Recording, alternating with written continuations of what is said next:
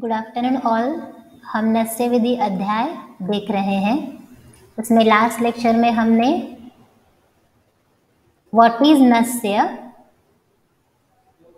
नस्य की कार्मुकता मतलब mode of action of नस्य देखा, और नस्य अनार्ह कौन से व्यक्तियों में नस्य नहीं देना चाहिए, कॉन्ट्रा इंडिकेशंस ऑफ नस्य। तो इतने 3 ही पॉइंट्स हमने देखे थे। तो इसके बाद हम देखेंगे नस्य के भेद, टाइप्स ऑफ नस्य। तो क्या क्या है देखो, विरेचनम ब्रूहणम च शमनम च त्रिधा अपि तत्। नस्य के 3 टाइप्स है, फर्स्ट विरेचन, सेकंड ब्रूहण एंड थर्ड शमन। तो देखते हैं एक के बाद एक। तो ये कौन से है, विधि भेद से, आप नोट डाउन करो। विधि भेद से नस्य के 3 टाइप्स होते हैं, विरेचन, ब्रूहण एंड शमन। तो पहले हम देखते हैं विरेचन नस्य के इंडिकेशंस, मतलब कौन से कंडीशन में आप विरेचन नस्य का प्रयोग पेशेंट में करोगे। श्लोका नंबर 2 सेकेंड लाइन, विरेचनम शिरः शूल। देखो शिरशूल में विरेचन नस्य देना है। जाड्य, जाड्य मतलब शिरस्थ जो इंद्रिय है, शिरस्थ कर्ण इंद्रिय, चक्षुरेंद्रिय है, तो इन सारे इंद्रियों में अगर जड़ता उत्पन्न हुई, हैवीनेस उत्पन्न हुआ, तो ऐसी कंडीशन में आप विरेचन नस्य दे सकते हो। थर्ड है स्यंद। स्यंद मतलब ये एक नेत्र रोग है जिसको बोलते हैं अभिषंद। अभिषंद को शॉर्ट में स्यंद बोलते हैं। उसके बाद है गल आमय, गल के रोग। गल के रोग 4th ईयर में आएंगे, तो आप जस्ट यहाँ पे याद रखो कि गल के या कंठ के रोग। उसके बाद तो इसमें यहाँ पे 2 एग्जाम्पल दिए हैं, शोथ है, स्वर अभेद है आदि। इसके बाद शोफ, शोफ मतलब सूजन। गंड, गंड मतलब गलगंड, मांस धातु प्रदोषज व्याधि है। कृमि, कृमि में विरेचन नस्य देना है। ग्रंथि, ग्रंथि उत्पन्न होना। कुष्ठ अपस्मार पीनस, कुष्ठ व्याधि में दे सकते हैं, अपस्मार व्याधि में दे सकते हैं, और पीनस, पीनस मीन्स प्रतिशाय। तो विरेचन नस्य के इंडिकेशंस शिरशूल, जाड्य, स्यंद, गल आमय, शोफ, गंड, कृमि, ग्रंथि, कुष्ठ, अपस्मार एंड लास्ट पीनस, प्रतिशाय। इसके बाद है सेकंड टाइप ब्रूहण। ब्रूहण देखो नाम में भी समझता है कि ये ब्रूहण करेगा, राइट। क्या क्या है, वातजे शूले, वात जनित शूल में हम ब्रूहण नस्य दे सकते हैं। सूर्यावर्ते, सूर्यावर्त एक शिरो रोग है। इसमें क्या होता है कि दोपहर को जब सूर्य आता है, सूर्य ऊपर आता है, जैसे कि दोपहर को 12 बजे शिरशूल स्टार्ट होता है, और जैसे ही सूर्य अस्त को जाता है वैसे शिरशूल कम होता है। बहुत सारे लोगों को ये होता है। तो सूर्यावर्त एक शिरो रोग है, ऐसा आप याद रखो। स्वर क्षय, स्वर का कम होना, स्वर की शक्ति का ह्रास होना। नासा आस्य शोष, ब्रूहण करना है ना, तो ऐसे ही होंगे शोष, नासा का शोष होना, मुख का शोष होना।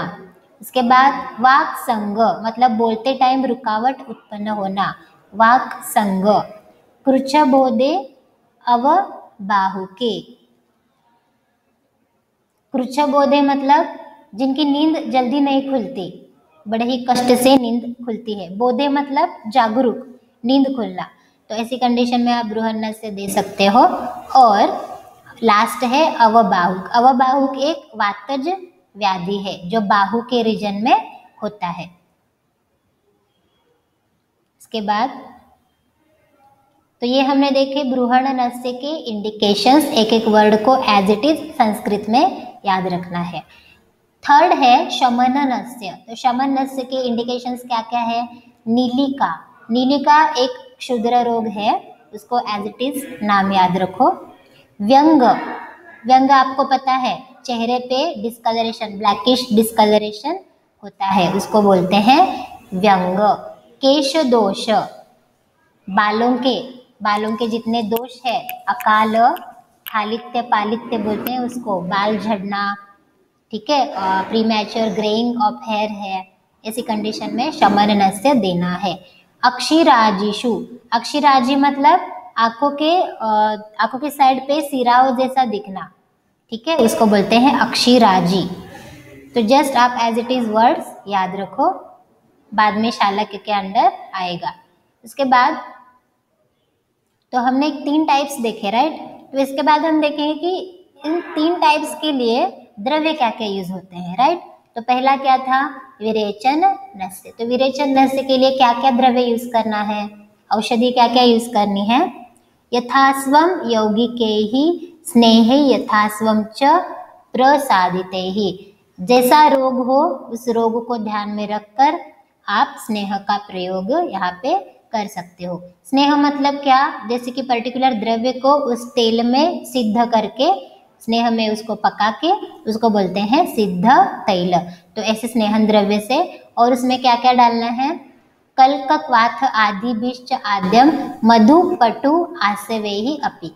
तो उसमें हम कल्क डाल सकते हैं औषधियों का, क्वाथ डाल सकते हैं, और मधु शहद डाल सकते हैं, पटु मीन्स सैंधव लवण डाल सकते हैं, और आसव भी डाल सकते हैं। आसव मतलब एक मध्य कल्पना है, वो आपको सेकंड ईयर में समझ में आएगा कि what is Asava, what is अरिष्ट। यहाँ पे जस्ट आप आसव वर्ड याद रखो। तो इन द्रव्यों से हम विरेचन नस्य दे सकते हैं। उसके बाद है सेकंड ब्रूहण नस्य। तो ब्रूहण नस्य के लिए क्या क्या दे सकते हैं, धन्व मांसोत्थ रस अश्रुक खपुरैहि अपि। यहाँ पे धन्व मतलब जांगल देशीय पशु पक्षियों का मांस रस या उनका अश्रु मीन्स उसका रक्त, और खपुर मतलब निर्यास होता है। निर्यास मतलब जो वनस्पति का जो बड़ा स्टेम होता है उसके अंडर वो बनता है, जैसे कि कपूर है, गुगुल है, वो निर्यास है। तो निर्यास क्या है आपको सेकंड ईयर वाले बताएंगे, अगर आपको उसमें और जानना है तो व्हाट इज निर्यास। इसके बाद शमनम योजयित पूर्वम क्षीरेण सलिलेन वा।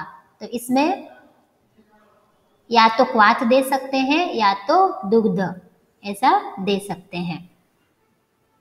उसके बाद ये सारे शमन नस्य के द्रव्य है। ब्रूहण नस्य यहाँ पे खपूर तक, और शमन क्षीर सलिल इत्यादि से। इसके बाद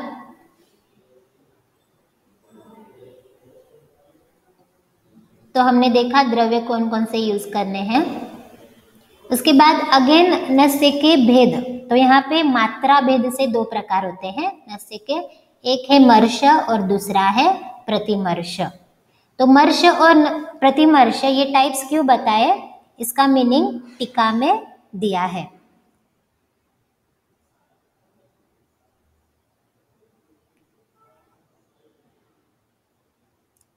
टीका में देख लेते हूँ।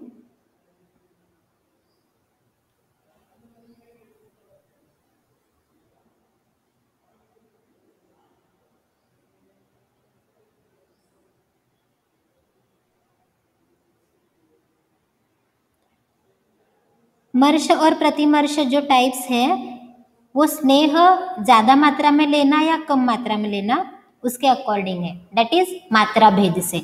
बहुत्वात और अल्पकृत ऐसे दिया है, तो उसमें ज्यादा मात्रा मर्श में होती है और प्रतिमर्श में हम कम मात्रा देते हैं।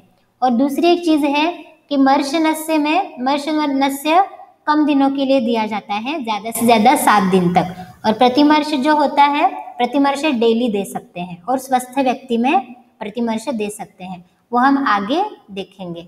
इसके बाद शिरोविरेचन नस्य। पहले तो हमने देखा मात्रा भेद से स्नेहन नस्य के 2 टाइप्स है, मर्श और प्रतिमर्श, आप नोट डाउन कर लो। उसके बाद कल्कादेहि अवपीडस्तु स तीक्ष्णैहि मूर्ध रेचनः।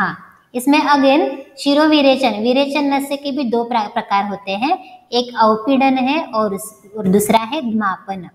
अवपीडन मतलब वनस्पतियों के जो कल्क होते हैं उनको पीड़न करके उसका जो स्वरस निकलता है उससे हम ये नस्य देते हैं। अवपीड नस्य, कल्कों को निचोड़कर उसे निकला हुआ जो रस है उससे दिया जाता है, या फिर क्वाथ भी यूज कर सकते हैं।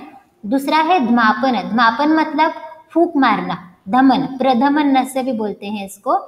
आप वर्ड लिख लो, प्रधमन नस्य। मतलब क्या करते हैं, नाक में शिरोविरेचक जो गण की जो वनस्पतियां हैं उनका चूर्ण फूंक देते हैं, नाक में फूंकना, ऐसे आप याद रखो। तो यहाँ पे विरेचन नस्य के दो टाइप्स है, अवपीडक एंड प्रधमन और धमापन। और स्नेहन या ब्रूहन नस्य के दो टाइप्स हैं, मात्रा भेद से मर्श और प्रतिमर्श। इसके बाद यहाँ पे प्रधमन नस्य की विधि बताई है, श्लोका नंबर 8। युंजातम मुखवायुना षडंगुल द्विमुखया नाड्या भेषज गर्भया। मुखवायु, मुखवायु मतलब मुख से फूंकर मारना, औषधि को फूंकना। यहाँ पे टीका में फुत्कार ऐसे दिया है, संस्कृत वर्ड है फूंकना। तो क्या करते हैं, वनस्पति का जो चूर्ण है उसको नाक में फूंकते हैं। तो फूंकने के लिए क्या यूज करते हैं, एक नाड़ी यूज करते हैं, नली। नली को संस्कृत में नाड़ी बोलते हैं। छोटी सी पाइप होती है, तो उसमें हम, वो कितनी लंबी होनी चाहिए, 6 अंगुल, 6 अंगुल लंबी होनी चाहिए। और द्विमुखया, द्विमुखया मतलब दोनों साइड पे उसको ओपनिंग होने चाहिए। क्यों होने चाहिए, एक ओपनिंग से हम चूर्ण को फूकेंगे, फूकर मारेंगे, और दूसरे मुख से वो जो नाड़ी में जो चूर्ण है वो पेशेंट के नाक में जाएगा, राइट। इसके लिए भेषज गर्भया मतलब भेषज को उसमें डालने के लिए उसमें द्विमुख होने चाहिए। स ही भूरी तरम दोषम चूर्णत्वात् अपकर्षति। तो ये क्या करता है, इसमें जो हमने औषधि फूंक कर डाली है वो नासिका के छिद्र के अंदर जाती है और सिर के जो दोष है उनको बाहर निकालती है। तो कैसे निकालती होगी, एनी गेसेस, क्या होता होगा। अगर नाक में हमने चूर्ण फूंक लिया तो ऑब्वियसली पेशेंट को छींके आ जाएगी। यहाँ पे 10 से 15 छींके आती है और पेशेंट के मतलब सिर में जो कफ भरा हुआ है वो सारा कफ बाहर निकल आता है। और प्रधमन नस्य के बाद हम पश्चात कर्म गंडूश देते हैं। त्रिफला मतलब प्रैक्टिकली बता रही हूँ, त्रिफला क्वाथ का गंडूश देते हैं। तो ये हमने देखा प्रधमन नस्य विधि। एक छींकनी चूर्ण भी होता है, वो चूर्ण मार्केट में मिलता है। तो प्रधमन नस्य के लिए हम प्रैक्टिकली उसको यूज करते हैं। छींकनी चूर्ण पेशेंट को एक हाथ में देते हैं, उसको बोलते हैं कि आप इसको सूंघ लो अपने आप ही, खुद ही।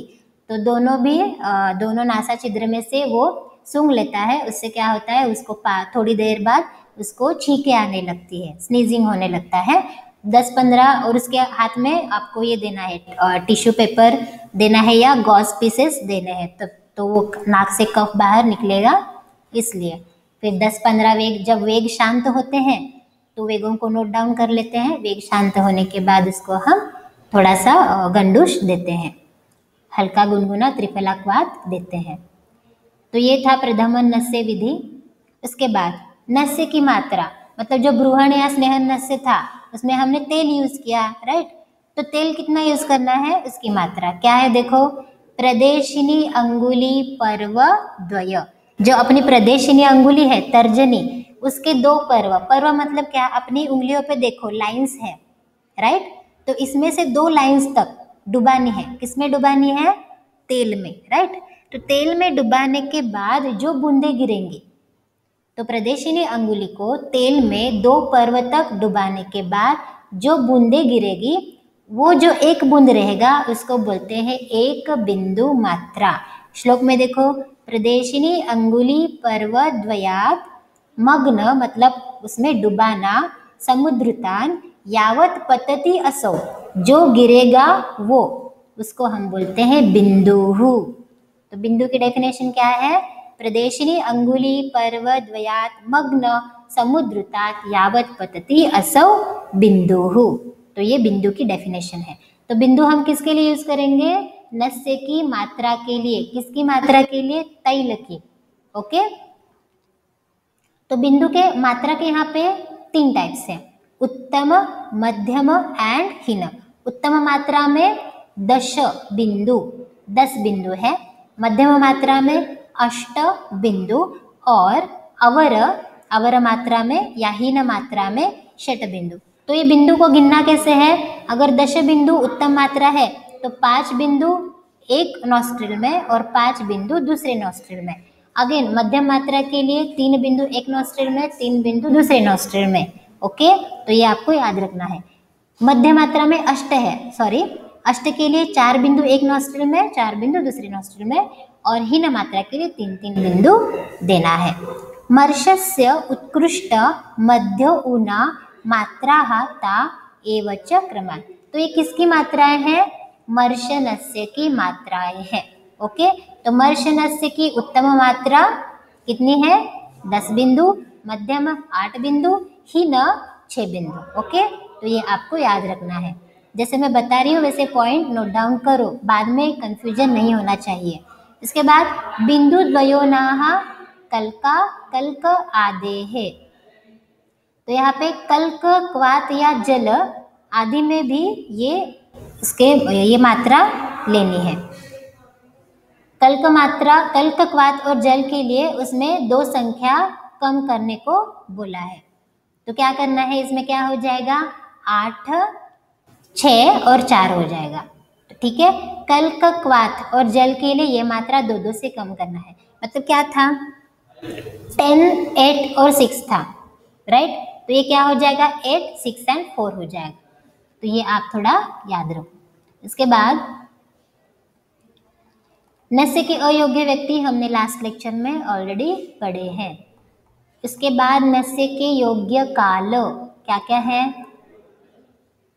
अथ नस्यं प्रयोजयेत प्रातः श्लेष्मणि कफज रोगों में प्रातः काल में, मध्याह्ने पित्ते पित्तज रोगों में दोपहर के समय पे मध्याह्न में, सायं निशो चले है वातज रोगों में सायंकाल में नस्य देना है। उसके बाद स्वस्थ वृत्ते तो पूर्वाह्ने, स्वस्थ रोग में या निरोगी मनुष्य को पूर्वाह्न में देना है। उसके बाद शरद काल वसंत, शरद ऋतु में और वसंत ऋतु में प्रातः काल में देना है। तो शरद और वसंत ये किसके लिए बताया है? ये स्वस्थ व्यक्ति के लिए बताया है। शरद और वसंत ऋतु में स्वस्थ व्यक्ति को अगर आपको नस्य देना है तो प्रातः काल में देना है। शीतकाल में मध्य दिन में, शीतकाल मतलब यहाँ पे ऋतु कौन कौन से आएंगे? शीत ऋतु, हेमंत ऋतु और शिशिर ऋतु में हमें मध्य दिन में देना चाहिए। उसके बाद ग्रीष्म सायं, ग्रीष्म ऋतु में सायंकाल को नस्य देना है। वर्षासु स आतपे, वर्षा ऋतु में नस्य कब दोगे? जब थोड़ा सा धूप आएगा, राइट? आतपे, थोड़ी सी धूप आने के बाद आप नस्य दे सकते हो। जिस दिन धूप निकल जाएगी उस दिन आप नस्य दे दो। वात अभिभूते शिरसि हिदमा आयाम अपतानके, यहाँ पे रोगानुसार उन्होंने बोला है कि शिर प्रदेश में अगर वात प्रकोप हुआ तो उसमें हिदमा मतलब हिक्का है, अपतानक है या मन्यास्तंभ है, स्वरभ्रंश है। तो यहाँ पे आप क्या कर सकते हो? प्रातः काल में और सायंकाल में दे सकते हो नस्य। तो ये किसे रोगावस्था के अकॉर्डिंग दिया है। और बाकी एक अहंतरम अन्यत्र, और बाकी अन्य दूसरे रोगों में आप एक एक दिन का अंतर देकर एक एक दिन छोड़ के आप नस्य दे सकते हो। तो ये कंडीशन वाइज है। तो उसके बाद है नस्य सेवन मैक्सिमम आप कितने दिन दे सकते हो? उसका रेफरेंस है सप्त अहम च तद आचरित। आप ज़्यादा से ज़्यादा कंटिन्यूसली 7 दिन नस्य दे सकते हो। तो उसके बाद हम क्या करते हैं? उसके बाद हम विश्राम या विराम काल देते हैं। 7 दिन नस्य देने के बाद हम रुग्ण को बोलते हैं कि 7 दिन आप विश्राम ले लो। फिर उसके बाद अगेन उसको हमको नस्य देना हो तो 7 दिन बाद उसको बुला लेते हैं। तो इसके बाद हम नस्य का पूर्व कर्म प्रधान कर्म हम नेक्स्ट लेक्चर में देखेंगे।